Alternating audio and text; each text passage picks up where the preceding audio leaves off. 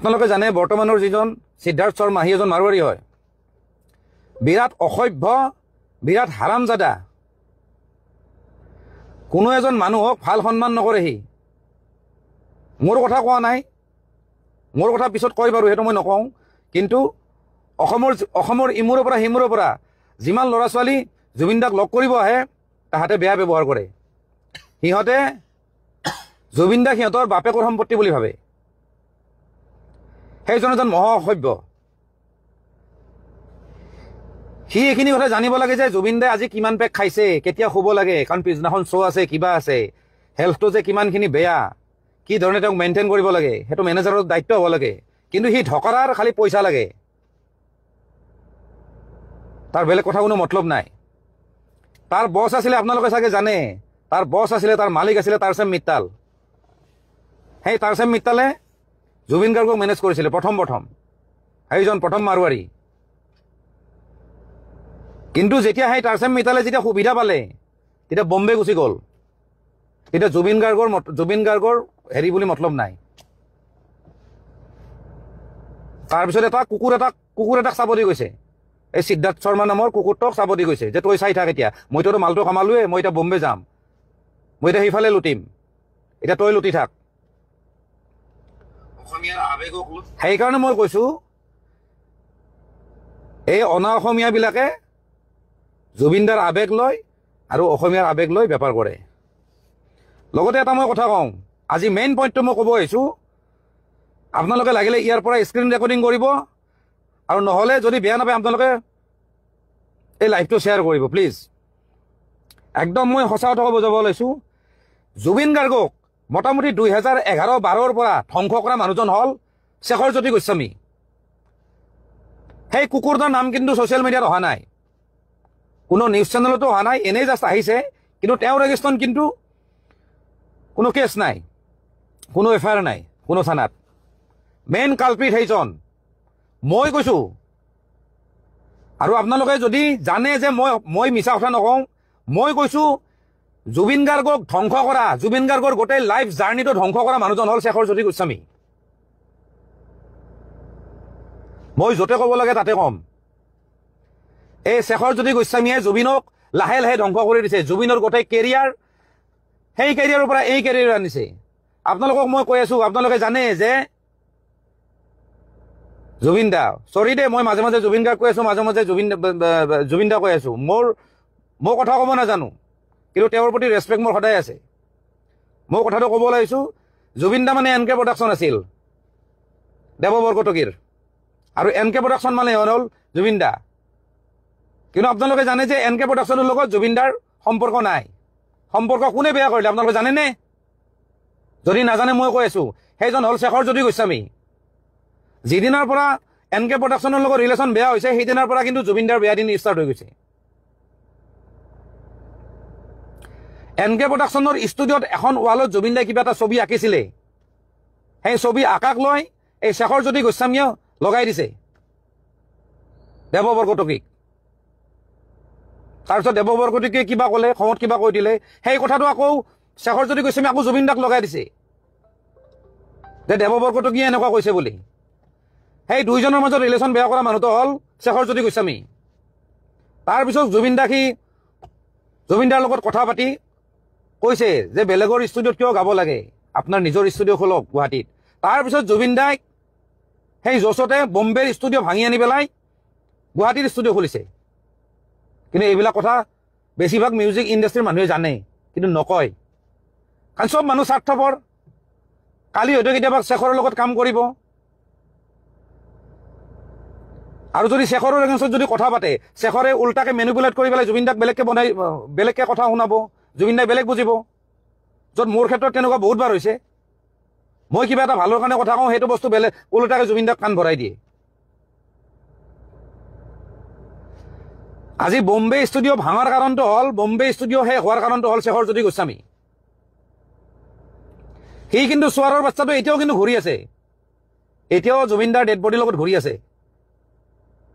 আৰু সেইটো কথা বিৰাট দুখৰ কথা। সেই কথাটো কিন্তু জুবিন দাৰ পত্নী গৰিমা বৌয়ে কিন্তু সেইখিনি কথা ৰিয়েলাইজ নকৰিলে। আমি কিন্তু বহুবাৰ চেষ্টা কৰিছিলোঁ যে এইবিলাক মানুহ বেয়া, কিন্তু এইবিলাক মানুহে জুবিন দাক এদিন ধ্বংস কৰি দিব। তাৰপিছত আহোঁ, সেই শেখৰজ্যোতি গোস্বামীয়ে জুবিনদাৰ প্ৰথম গাড়ীখন ভাঙিছে। সেইখন আছিলে টয়টা হিয়েছ। প্ৰথম গাড়ী নহয়, মানে এখন গাড়ী আৰু ভাঙিছে। খুব ভাল গাড়ী আছিলে, এখন ফৰেন কাৰ এখন আছিলে টয়টা কোম্পানীৰ। সেইখন ইণ্ডিয়াত নাছিল, ইণ্ডিয়াত খুব কমেই আছিলে, এখন মিনি বাছৰ নিচিনা। সেই গাড়ীখন ভাঙিছে শেখৰজ্যোতি গোস্বামীয়ে। তাৰমানে চেৰা পাগল, মানে চাপৰি টাইপ। কিন্তু আকৌ পিছ মুহূৰ্ততে জুবিনদাক তেল মাৰি মাৰি আকৌ জুবিনদাৰে মৰমৰ হৈ যায়। সেই গাড়ীখন ভাঙিছে শেখৰজ্যোতি গোস্বামীয়ে। সেই গাড়ীখন বনাই আনিছিলোঁ, মই নিজে আছিলোঁ, নগাঁৱত বনাই আনিছিলোঁ PVCৰ পৰা। সেইখনো সিয়ে ভাঙিছে। এনেকুৱা কুফা, এনেকুৱা জানুৱাৰৰ বাচ্চা হয় সি। তাৰপিছত জুবিনদাই গাড়ী এখন কিনিছিলে, চবে জানে, পাজেৰ গাড়ীখন। মই নিজে চলাই লৈ আহিছিলোঁ।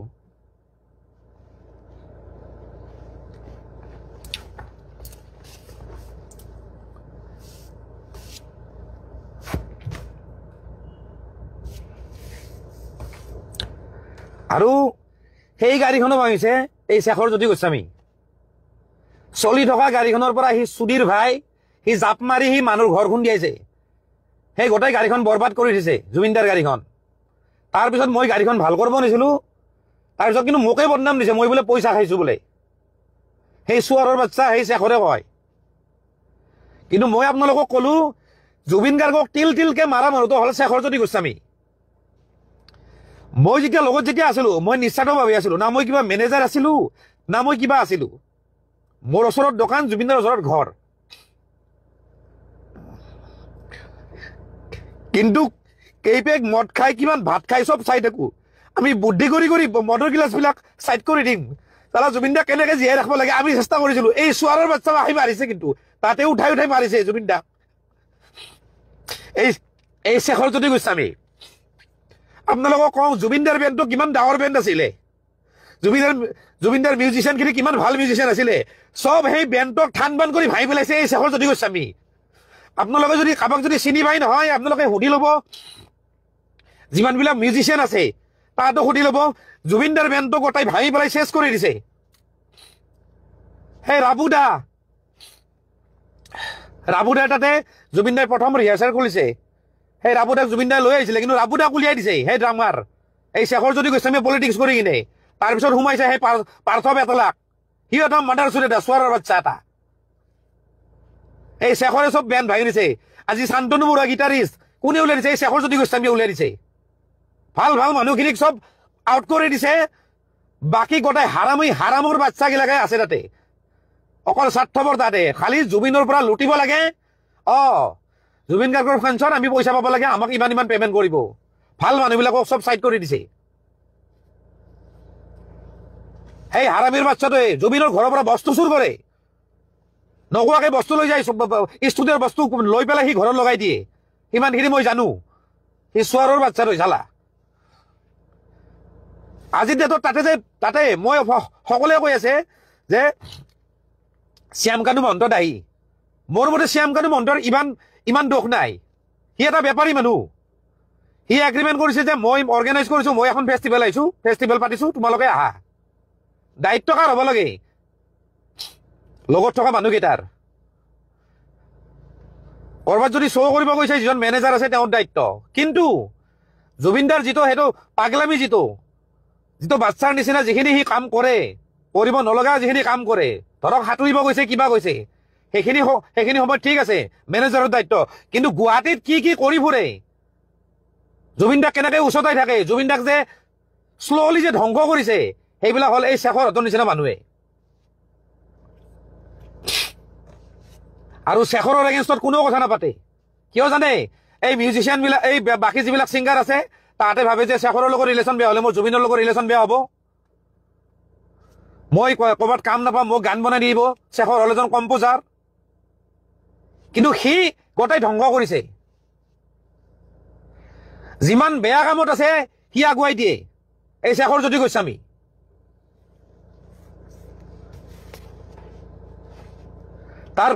তাৰ বডি লেংগুৱেজ চাব, চাপৰিতকে অধম সি চুৱাৰৰ বাচ্চাটোৰ। কিন্তু আজি বিৰাট দুখ লগা কথা যে শেখৰ জ্যোতি গোস্বামীৰ কথা কোনেও উলিওৱা নাই। আজি যিমানখিনি মানুহ আছে অসমত যোনে যোনে যোনে লগ কৰিব আহে জুবিন দাক, যিমান ফেন আছে অসমৰ চবে জানে যে শেখৰ নামৰ এটা অভদ্ৰ এটা আছে তাতে। বাকীবিলাকতো কিছুমানতো আছে তাতে, সিহঁতেতো নিজকে জুবিন গাৰ্গ বুলি ভাবে আৰু জুবিন গাৰ্গক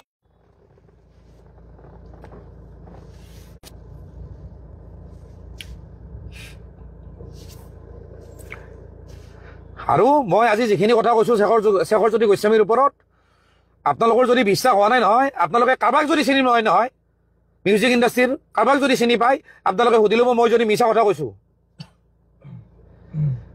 আজি বম্বেৰ কেৰিয়াৰ জুবিন দাই কয় যে মই অসমক ভাল পাওঁ, মই ইয়াতে গানৰ কাম কৰিছো, সেইটো নহয় আচল কথা, এইটো নহয়। জুবিন দাই কৈ দিয়ে কথাটো, কিন্তু জুবিন দাক ফুলাই ফুচলাই লৈ আহিছে বম্বেৰ পৰা। আজি সেই ষ্টুডিঅ' ভাঙি ইয়াত আনিছে। মই গৈছো, মই বম্বেৰ ষ্টুডিঅ'তো মই গৈছো, মই জুবিন দাৰ ঘৰত আছো বহুতবাৰ, মই চব জানো এইবিলাক। কিন্তু ক'লে বেয়া, যদি সেইখিনি সময়ত যদি মাতো নহয়, শেখৰে তেল মাৰি কথাবিলাক কৈ পেলাই জুবিন দাক মাইনাছ কৰি দিয়ে, বৰ ইটো এনেকুৱা কৈছে সেনেকুৱা কৈছে বুলি। কিন্তু আমাৰ একো স্বাৰ্থ নাই, না মই কিবা না মই কিবা মিউজিচিয়ান হয়, না মই কিবা কালচাৰেল লাইনৰ মানুহ হয়।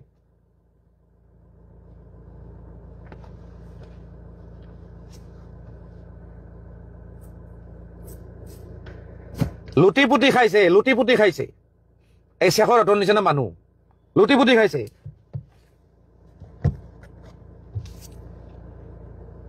ঠিক আছে, জুবিনদাৰ যিহেতু মাজে মাজে মাইনৰ এটেক হৈ থাকে, সিহঁতে জানে যে পানীত নামিব লাগে, কিবা এইবিলাক কৰিব নালাগে, তাতে জানে। আজি মই যদি তাত যদি থাকিল হয় নহয়, এইটো কিন্তু হ'ব নিদিলো হয়। আমি বুদ্ধি কৰি তাক খুৱাই দিম, ফাং ফুং কৰি খুৱাই দিম, কেতিয়াবা খাই থাকিলে ফাং ফুং কৰি গিলাচটো নোহোৱা কৰি দিম, পাহৰি যায়, কথাত জালত সিও পাহৰি যায়, আমি নোহোৱা কৰি দিম। আমি জানো যে তাক খুৱাব লাগিব, কালি শ্ব' আছে। মই আগত মই ভিডিঅ'টো কৈছো, মই জুবিন দাকে সমালোচনা কৰি কৈছো যে জুবিন দাই যদি ভালকে যদি শুৱে নহয় তেতিয়াহ'লে শ্ব'বিলাক ভাল হয়। যিহেতু যোৱাকালি শ্ব' আছিলে তাতে, তেতিয়াহ'লে আগদিনা বা দিনটো কেনেকে জুবিন দাক খুৱাব লাগে, ৰাখিব লাগে, কেনেকে বডিটো ৰেষ্ট দিব লাগে। নহ'লে কি হ'ব, যদি নিচা লাগি থাকে, যদি নুশুৱে, শ্ব'টো অভিয়াছলি বেয়া হ'ব। জানে, আপোনালোকে জানে জুবিন দাই কি কৰিব মঞ্চত, না ভালদৰে নোটত গাব পাৰিব গান, নে সুৰত গাব পাৰিব, কি কৰিব পাৰিব, নোৱাৰে। লগত থকা মানুহখিনিৰ দায়িত্ব যে এতিয়া দাদা খুৱাই দিম, দাদা ভাতকেইটা খুৱাই দিম। হিচাপ নাই জীৱনটোত কিমান বছৰ খুৱাইছো ভাতকেইটা। আমি ভাতকেইটা খোৱাকে আমি ৰখি থাকো, তাক বুদ্ধি কৰি আমি খুৱাই দিম ভাত খাৰঘুলিত। কিন্তু এই হাৰামীৰ বাচ্চাবিলাকে, এই শেখৰ হতৰ নিচিনা হাৰামীৰ বাচ্চাবিলাকে জুবিন গাৰ্গক আজি মাৰিছে। ডাইৰেক্ট মাৰা নাই, গলত টিপি মাৰা মই কথা কোৱা নাই, কিন্তু লাহে লাহে তাতে চেছ কৰিছে। কিন্তু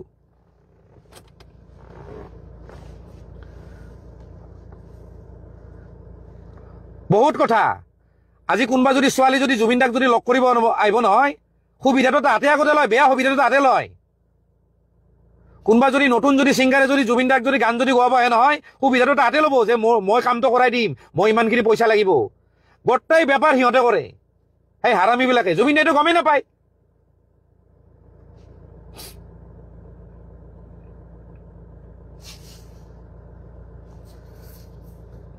আৰু এইখিনিতে এটা মই কথা কওঁ দেই, মই অলপ আগতে মই ভিডিঅ' এটা বনাব খুজিছিলোঁ, মই নোৱাৰোঁ, কাৰণ মোৰ মন চন বেয়া হৈ গ'ল। মই নোৱাৰিলোঁ, মই কথা ক'ব নোৱাৰিলোঁ, মই ভিডিঅ'টো কাটি দিলোঁ।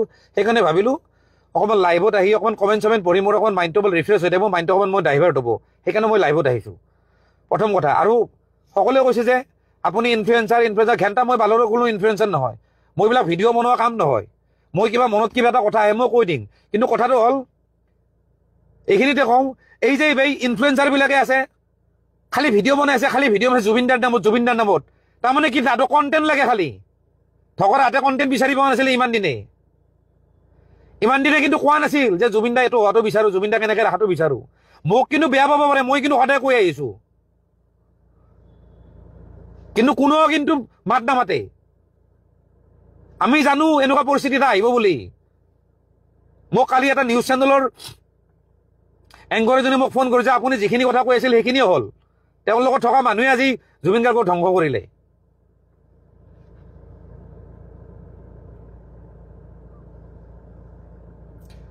কিছুমান পডকাষ্ট চেনেল আছে, কোনোবা এইবিলাক যে পডকাষ্ট চেনেল বিলাক যে আছে, তাহাঁতে কিবা আগতে কিবা ক্লিপ বজাইছিল, কিবা বজাইছিল, তাৰে ক্লিপবিলাক কাটি কাটি এতিয়া দি আছে। আৰে তহঁতৰ কি কণ্টেণ্ট লাগে নেকি? খালি আগৰ কিবা কিবি কাটি সেইবিলাক খালি বনাই আছে। তাৰমানে কি এতিয়া মানে জুবিন বজাই থাকিব লাগে, খালি ফেচবুকখনত পোষ্ট কৰি থাকিব লাগে খালি। আৰে কিবা মনৰ কথা আছে যদি ক, কিবা যদি আছে কিবা ভাল কথা ক। আগৰ পুৰণা বস্তুবিলাক বজাই থাকিব, তাহাঁতক মানে ভিউজ লাগে, কণ্টেণ্ট লাগে, চোৱাৰৰ বাচ্চা মাহাক। সেইকাৰণে মই ভিডিঅ' বনোৱা নাই।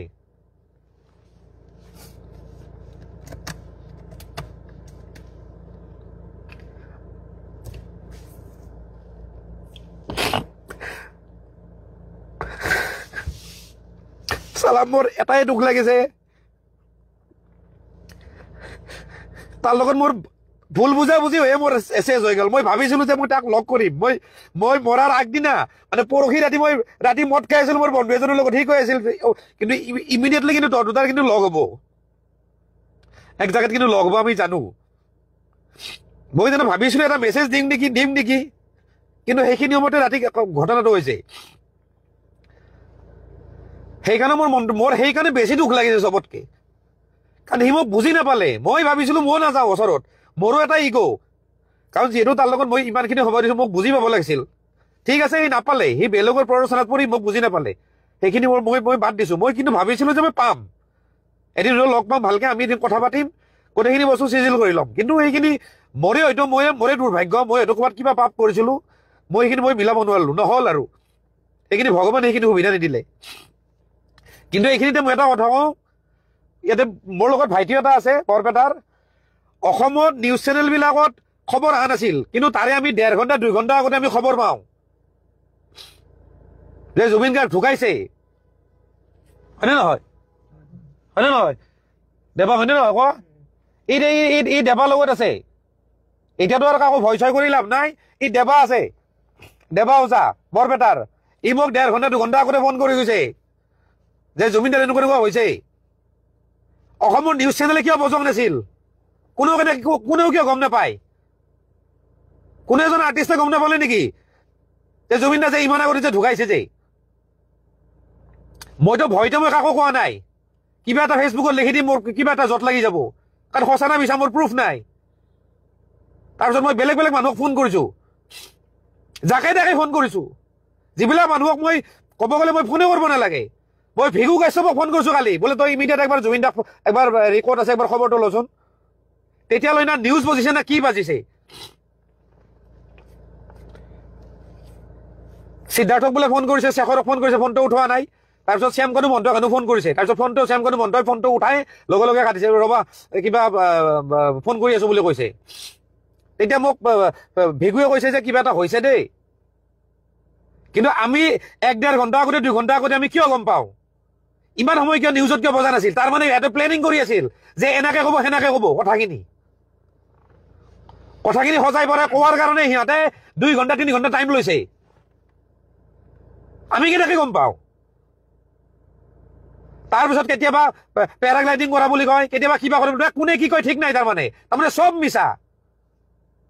মই কোৱা নাই যে জুবিন গাৰ্গক তাতে কোনোবাই ইচ্ছা কৰি মাৰিছে, ইচ্ছা কৰি মাৰা নাই, কিন্তু বাকী লগত যিমান মানুহ আছিল গোটেইবিলাক কেয়াৰলেছ। তাতে জুবিন গাৰ্গ বোলা বস্তুটোৰ মূল্য বুজি নাপালা ঢকৰাতে। সিহঁতৰ লাপৰবাহীৰ কাৰণে জুবিন দা আজি নাই, আৰু সেই ভুলখিনি সিহঁতে জানে। সেইকাৰণে সিহঁতে খবৰটো দিওঁতে, অসমত খবৰটো দিওঁতে 2-3 ঘণ্টা লগাইছে। মোৰ হিচাপত 2-3 ঘণ্টা, বাকীটো কিমান ঘণ্টা মই চিয়ৰ নহয়, কাৰণ মই 2 ঘণ্টা আগতে মই গম পাইছো। মই অজয় ফুকনক ফোন কৰাইছো, হয়নে নহয় দীপেন? হয় না? তোক মই ফোন কৰিছো নে নাই? কালি মই ইয়াক ফোন কৰিছো, মই দীপেনক ফোন কৰি সুধিছো যে এনেকুৱা তই খবৰটো ল, মই জুবিন দাৰ লগত কথা পাতো। ই হাঁহিছে, তই কি ফাল্টু কথা কৈ আছা? তোৰ কথা ক'লে জুবিন দাক ফোন কৰিব, এনেকে কৈছে। বোলো নহয়, মই জুবিন দাক বিচাৰিছো, তই একবাৰ ফোন কৰচোন। তাৰপিছত জয়ন্ত কাকতিক ফোন কৰিছে, অজয় ফুকনক ফোন কৰিছে, বাবু বৰুৱাক ফোন কৰিছে, ছিংগাৰ বাবু বৰুৱা। চবে গমেই নাপায়, কোনেও গম নাপায়।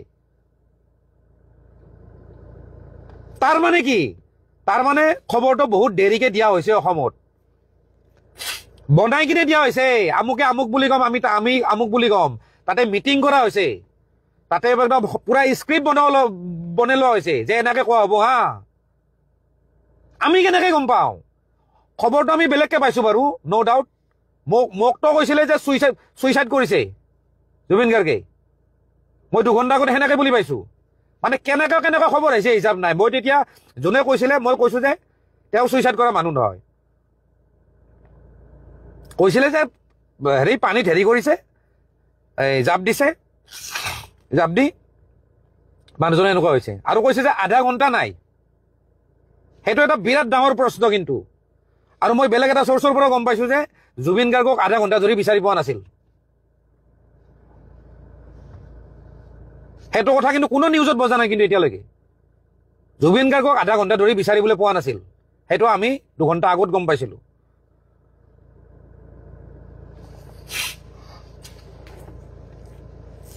সেইকাৰণে ক'লো নহয় এই মানুহবিলাক সব মিলি ভগত আছে গোটেইবিলাকক একদম জেৰা কৰিব লাগে যিমান মানুহ আছে তাতে শেখৰজ্যোতি গোস্বামী হওক শ্যামকানু মহন্ত হওক আৰু তাতে সেই নৰ্থ ইষ্ট ফেষ্টিভেল তাতে যিখিনি অসমীয়া যিখিনি সমাজ আছে যিখন সোসাইটি আছে প্ৰত্যেকটা মানুহ বেলেগ বেলেগকে জেৰা কৰিব লাগে বেলেগ বেলেগ ৰুমত তেতিয়া সব কথা ওলাই যাব প্ৰি প্লেনিং বুলি মই নকওঁ কিন্তু লগত থকা মানুহবিলাকৰ ভুলৰ কাৰণে সেই ঘটনাটো হৈছে আজি যেনেকে এই শ্যামকানু মহন্ত নিচিনা এইবিলাক যে মানুহ যে সিদ্ধাৰ্থ এইবিলাক শেখৰজ্যোতি গোস্বামী এইবিলাকৰ লগত যেনেকে হেৰিত গৈছে কি কয় এইটো ছিংগাপুৰ গৈছে ময়ো বহুত জাগাত গৈছো জুবিনদাৰ লগত কলকাতাত গৈছো 2বাৰ 3বাৰ বম্বেত গৈছো কৰবাত গৈছো ছিংগাপুৰত যেনেকে ৰাতি যেনেকে গান গাইছে সেনেকে জুবিনদাৰ কলকাতাতো গান গাইছে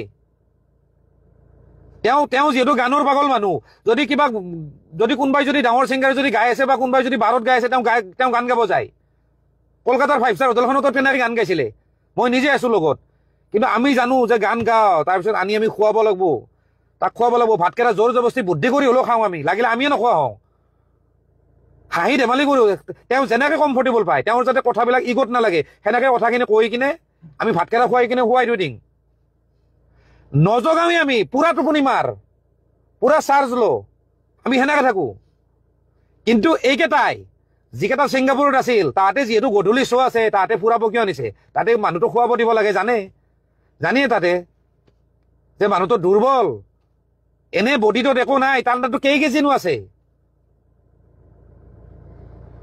জানিবই লাগে সি মানুহটো এনে মানুহটোৰ ষ্টেমিনা কম বলটোৰ ষ্টেমিনা আছে বডিটোৰ ষ্টেমিনা কমটো যে সেই মানুহটোক কেনেকে ৰক্ষণাবেক্ষণ দিব লাগে কেনেকে চাই থাকিব লাগে সেইখিনি দায়িত্বত আদৰ আছিল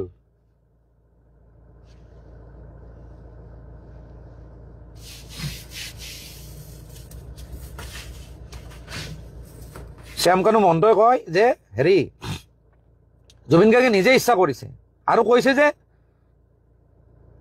কি কয় এইবিলাক মানে ফৰেন মানে এইবিলাক হেৰিবিলাকৰ কাৰণে বিজনেছৰ কাৰণে মিটিং টিটিং হৈছে মানে ইম্পৰ্ট এক্সপৰ্টৰ মানে লগতে সেইখিনিও কৰিব আৰে যদি গুৱাহাটীত যদি সেই নৰ্থ ইষ্ট ফেষ্টিভেল পাতে ফৰেন ক্লায়েণ্ট নাহিব নেকি বিজনেছ ডিল নহ'ব নেকি আমি ইয়াৰ পৰাও কৰিব পাৰো ইমান কোটি কোটি টকা খৰচা কৰি যদি বাহিৰত যদি উৰাব পাৰে পইচা গভৰ্ণমেণ্টৰ পইচা যদি উৰাব যে পাৰে সেইখিনি পইচা কিন্তু ইয়াতে যদি খৰচা কৰো নহয় সেই পইচা দি ইফালে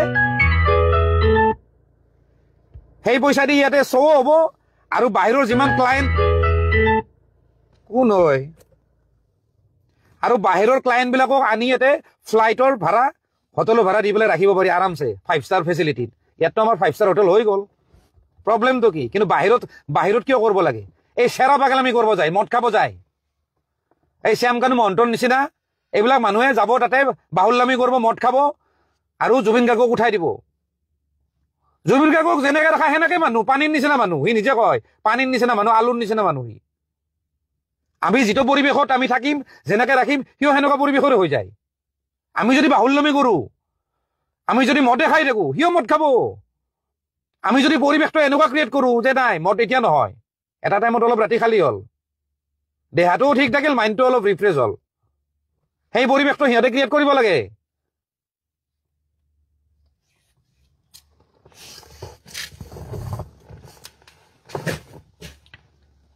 এই শেখৰ বোলাটো আকৌ কৈছো, এই শেখৰ বোলাটোৱে গোটেই ধ্বংস কৰিছে। 2011ৰ পৰা আমি যে জানো এটা কথা আপোনালোকে গম পায়নে যে নেশ্যনেল লেভেলত জুবিন গাৰ্গক বাহিৰৰ মানুহে নাজানে, আমি অসমীয়া মানুহখিনি ভালকে জানো। মই আগতে মই ছাৰ্ভে কৰিছো বম্বে চম্বেত, মই ঘূৰিছো, মই জুবিনদাৰ লগত নিজে কৈছো, বলিউডৰ গোটেই ষ্টুডিঅ' মই দেখা পাইছো, যিমান ডাঙৰ ডাঙৰ ষ্টুডিঅ' আছে, বিশেষকৈ মিউজিকেল ষ্টুডিঅ'বিলাক মই দেখিছো। তাতে কিন্তু বাহিৰৰ হিন্দী ভাষী মানুহবিলাকে জুবিন গাৰ্গ বুলি নাজানে। জুবিন বুলি ক'লে লগে লগে জুবিন নটিয়ালৰ কথাই ভাবে। কিন্তু তাৰ আগতে যে এই যাত্ৰাটো যে মানে ধ্বংস যে হৈছে, যে জুবিনদাৰ যে মিউজিকেল জাৰ্ণি বা কালচাৰ জাৰ্ণিটো যে যিটো নেশ্যনেল লেভেলৰ যে আমাৰ যে অকল ষ্টেট লেভেল হৈ গ'ল যে, সেইবিলাকৰ কিন্তু দায়ী হ'ল এই শেখৰজ্যোতি গোস্বামী। আৰু এইটোৰ প্ৰমাণ মই লাগিলে মই আৰু দিম, আৰু বহুত মানুহ আছে।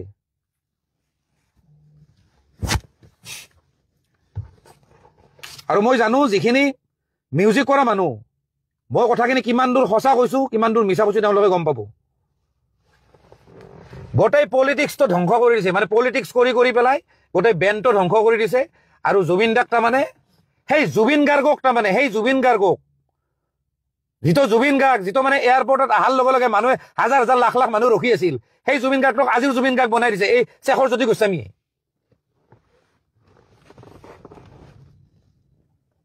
আপোনালোকে গম পাব কোন শেখৰজ্যোতি গোস্বামী, ফটোখন দেখা পাব, কিয় আছে তাতে। সেইকাৰণে কৈছো জুবিন গাৰ্গক আজি হত্যা কৰা হোৱা নাই, জুবিন গাৰ্গক গ্ৰেজুৱেলি হত্যা কৰা হৈছে, লাহে লাহে। কিন্তু এই কথাবিলাক আমি গৰিমা বৌহঁতৰো কাণত আমি মানে কাণ চুৱাব চেষ্টা কৰিছিলো, কিন্তু নাই, তেওঁলোকেও বুজি নাপায়, তেওঁলোকেও মানে বুজি নাপাওঁ কিবা পটককে তেওঁলোকে মানে কেচ নকৰে কথাবিলাক, তেওঁলোকে কিবা বেলেগ ধৰণে লৈ লয়। তেওঁলোকে ভাবে আমি বেয়াৰ কাৰণে কৈছো নেকি, আৰু বেয়া অভিয়াছলি পাব, কাৰণ মোৰ তেনেকুৱা বেলেগ কাম নাছিলে জুবিনদাৰ লগত। লগ হওঁ, মদ খাওঁ, কিন্তু সেইবুলি আমি বেছিকে খোৱা নাছিলো, লিমিটত খাইছিলো, বন্ধুৰ নিচিনা সৰু। কাৰণ অভিয়াছলি মোৰ যিহেতু কাম নাই, মই যিহেতু কালচাৰেল লাইনৰ মানুহ নহয়, মইতো আমি ফ্ৰেণ্ডৰ নিচিনা খামেই আৰু। তো সেই বস্তুটো বৌহঁতে ভাবে যে ইয়াৰ লগত লগ হ'লেনো কি হ'ব। আজি মই এই ভিডিঅ'টোৰ যোগেদি কওঁ, জুবিনদাৰ পৰা আঁতৰি অহাৰ মেইন কাৰণটো হ'ল মোক গৰিমা বৌয়ে ফোন কৰিছিলে যে ঋতু তুমি অকণমান আঁতৰি দিয়া। যেতিয়া ঘনীয়েকজনীয়ে যেতিয়া ক'ব নহয়, তেতিয়া বোলো বৌ ঠিক আছে, হ'ব, একো নাই। আৰু সেই কথাটো কিন্তু মই জুবিনদাক আজিলৈকে কিন্তু মই নকলো, কাৰণ তেওঁতো গিৰেক ঘনীয়েকৰ মামলা, সেইটো বস্তু কৈ পেলাই মই ৰিলেশ্যন কিয় বেয়া কৰিম। কিন্তু আজি মই কৈছো ফাৰ্ষ্ট টাইম ছ'চিয়েল মিডিয়াত কৈছো যে বৌয়ে মোক ফোন কৰিছিলে, সেইকাৰণে মই আঁতৰি আহিছো। কিন্তু দুখ লাগে এটা কথাত, হয়তো আমি যদি থাকিলো হয়, হয়তো জুবিনদাক আৰু 20-30 বছৰ ৰাখিব পাৰিলো হয়। বেয়া লাগে এটা কাৰণে, তেওঁৰ গলটো এতিয়াও ঠিক আছিলে, তেওঁ গাব পৰা এতিয়াও অৱস্থাত আছিলে, আৰু বহু বছৰ তেওঁ গাব পাৰিলে হয়। একদম বোলে বুঢ়া হৈ মৰি গৈছে তেতিয়াহ'লে বেলেগ কথা, তেতিয়াহ'লে ইমান দুখ নালাগে, কিন্তু তেওঁ আৰু বহুত দি গ'লে হয়, আৰু সেইকাৰণে বেয়া লাগিছে। এনিৱে মই এতিয়া ৰাখো, আৰু লাইভটো খতম কৰিম, বেয়া নাপাব। মই মানে সিমান কোৱাৰ মানে মোৰ শক্তি নাই, মেইন কথা। আৰু কিবা এটা ক'লে মোৰ বস্তুটো মই অকণমান বেছি ইম'চনেল হৈ যাওঁ, গতিকে আজিলৈ এৰিছো আৰু। ধন্যবাদ।